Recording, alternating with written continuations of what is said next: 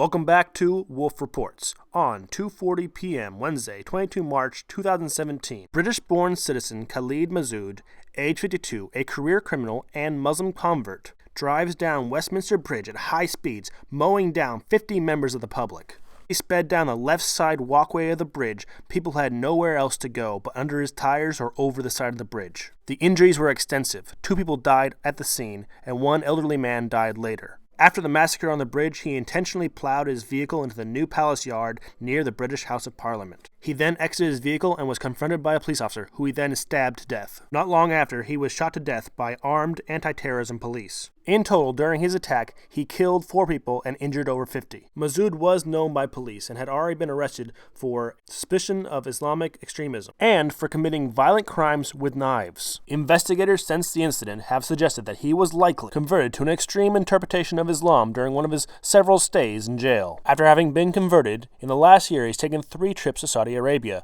under the guise of teaching English. During this time, it was likely he became more radicalized and perhaps even took terrorist training. British investigators have made it very clear that they've known from the start that this was a terrorist attack. ISIS did take credit for the attack, saying that he was one of their acolytes. However, there is no evidence that Masood ever had contact with ISIL. Though, whether or not there ever was direct contact between ISIS and Masood, it has been an ISIL strategy to convert violent criminals who want a way to redemption to their religion and to radicalize them. And that was the 22nd of March 2017 Westminster attack in London story. And again, we have another very sad situation. And all around the world, people are sending their thoughts and prayers. However, this story is not unique, and it's not unexpected, and it will happen again, because we have not changed the problem that is causing these things to happen. Thoughts and prayers are a nice sentiment. It is good that we care that it happened. However, they are not a solution. There have been many attacks just like this all over Europe, all with the same motive. They are doing it for Islam. And here's an attack that was very, very similar to this one in London, done on 23 May 2013. Tonight, graphic new video of a London terror attack showing 2 suspects turning on police moments after killing a British soldier. Those officers then opened fire, wounding both men.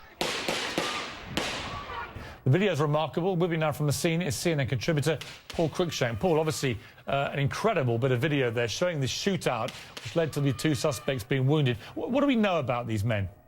Well, one of the major developments today was the revelation that one of those who were arrested and perpetrated this attack attended meetings of a pro-Al-Qaeda support group here in the United Kingdom. It's a group that goes by many names, but essentially is called Al-Majroon.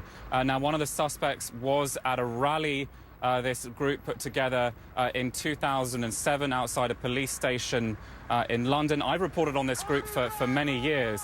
They sort of whip young men into a state of a righteous indignation, really whip up their anger about British foreign policy. So it may well be that being part of this group to some degree, attending their meetings, were part of their radicalization trajectory. This is a group, Al-Majroon, incidentally, that also has affiliated groups that are operating on the east coast of the United States as well, Piers. The problem was clear back then, just like it's clear now, but they have done nothing since 2013 to stem the tide of violent, radical Islamists coming into Europe. Nor have they done anything to stop the radicalization of their own citizens within their borders. And part of the reason for the lack of action is that every time an incident like this happens, the regressive left comes out and says, "Don't blame Islam, don't blame Muslims," because #not all Muslims. But it's unnecessary to conflate the two, because the problem is the teachings of Islam. You can have the majority of Muslims not be violent, but if the teachings of Islam is violent, then some Muslims will always be violent. In any case, I'm done giving my thoughts and prayers. I'm going to do you one better. I'm going to tell you what Europe must do to stop this crisis. And if you think it in any way that is too harsh, keep in mind, you are at risk at losing your culture and your freedom. You are currently facing down the barrel of the oppressive and intolerant Sharia law. The first step is you must identify the threat. The threat is the teachings of Islam. If you don't accurately identify your enemy, you cannot fight them. And to be absolutely clear, the enemy is not Muslims, which are just humans who believe a belief system. It is Islam, the belief system that we need to fight or change. Just because a Muslim believes in Islam, it doesn't mean they will always believe in Islam, or they will always be a Muslim, or that they will always believe in that type of Islam.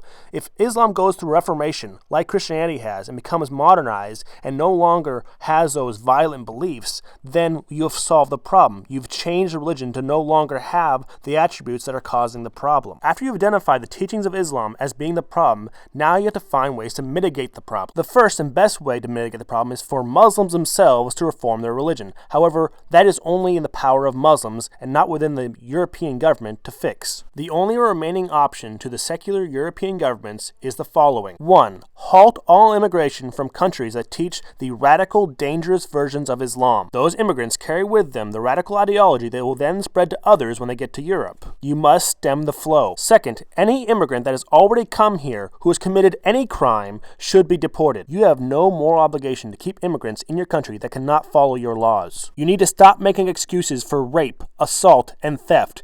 If they cannot follow your laws, they should not be in your country. Don't say, oh, it's because they're trying to adjust to a new culture. And third, if there's any hint of a report that a mosque, cleric, or Muslim organization has in any way become radicalized or is teaching radicalized principles, they should be investigated, surveilled, and if found guilty, they should be kicked out, shut down, or removed from your country. Fourth, remove all Sharia law no-go zones for police, and instead, police Muslim neighborhoods. Do not harass them, do not take away their human rights, but ensure the safety of non-Muslims in Muslim areas. Fifth, illegalize all Sharia courts. There should not be two sets of laws within one country. There should be one set of laws that applies to all people. And my sixth and final idea is for the governments in Europe to give metaphorical platforms and megaphones to moderate Muslims who want to reform their religion. They need to highlight and promote Muslim clerics that love Western values. The best way for Muslims to learn to love Western culture and ideals is from other Muslims. If Islam is to ever truly become compatible with Western society,